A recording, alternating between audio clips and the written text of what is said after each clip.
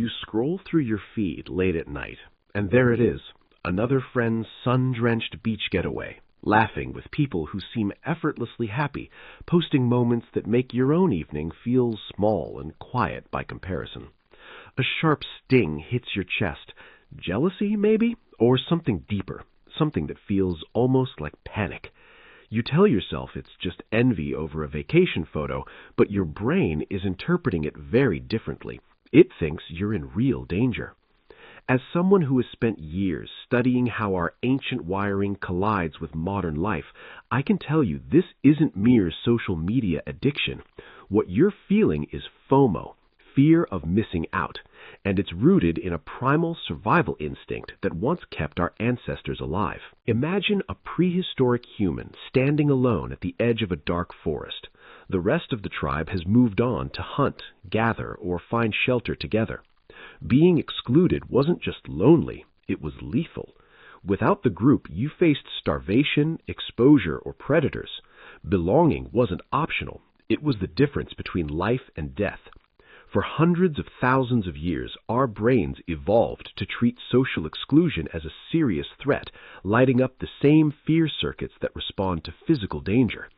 That wiring is still with us today. When you see others seemingly thriving without you, especially in the endless scroll of a global feed, your amygdala, the brain's ancient alarm center, flares red. It floods your system with stress hormones, making your heart race, your stomach tighten, your thoughts spiral. The anxiety feels so physical because your body is reacting as though your social survival is at stake. But now, instead of a tight-knit tribe of 50 people, you're measuring yourself against millions of carefully selected lives, triggering that same primal alert over and over again. This mismatch is why FOMO hits so hard in our digital age. Social media doesn't just show us what others are doing, it shows us the absolute best, most polished version of what others are doing. Psychologists often refer to this as the highlight reel effect. You're sitting with your unfiltered reality, maybe a sink full of dishes, a day that felt monotonous, worries about work or money, and suddenly you're confronted with someone else's montage of peak experiences, sunsets, celebrations, deep connections.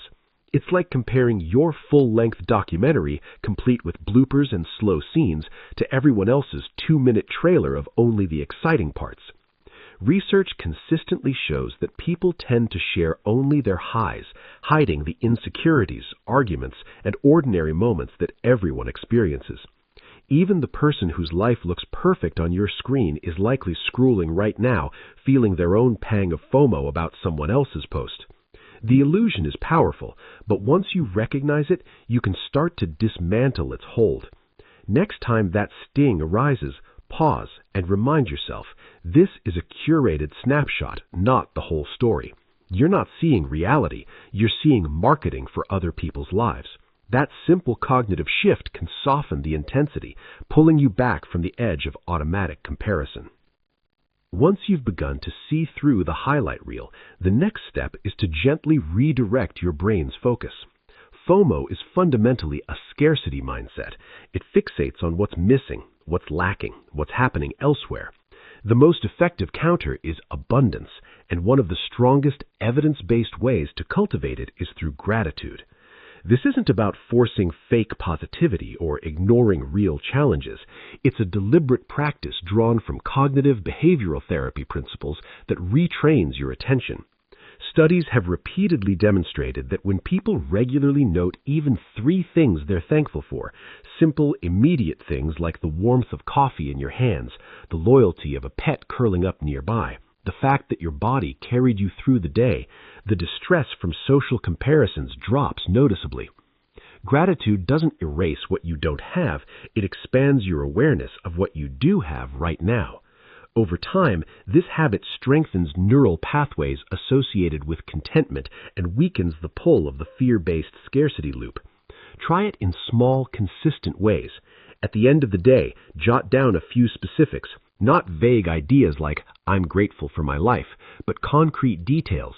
I'm grateful for the way the light came through the window this morning, for the text from a friend checking in, for the quiet moment I had to breathe. These small anchors pull your spotlight inward back to your own experience rather than letting it chase external validation. Even with these tools, the urge to check your phone or scroll for reassurance can still surge powerfully. That's where the third strategy comes in, learning to surf the urge rather than fight it or give in to it.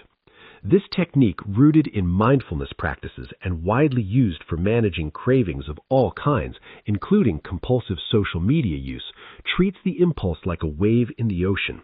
When that familiar pull hits, "I just need to see what they're up to," don't wrestle it down and don't immediately reach for your device. Instead, pause and observe it. Notice where the sensation lives in your body, maybe a tightness in your chest, a restlessness in your fingers. Breathe into it. Visualize the urge rising like water building towards a crest. It grows stronger for a moment, peaks, and then, if you don't feed it with action, it naturally begins to fade. Most urges last only a minute or two when met with curious, non-judgmental awareness. While you're riding that wave, anchor yourself in the present through your senses. Feel the texture of whatever you're holding. Listen to the sounds around you. Taste the air or your last sip of water.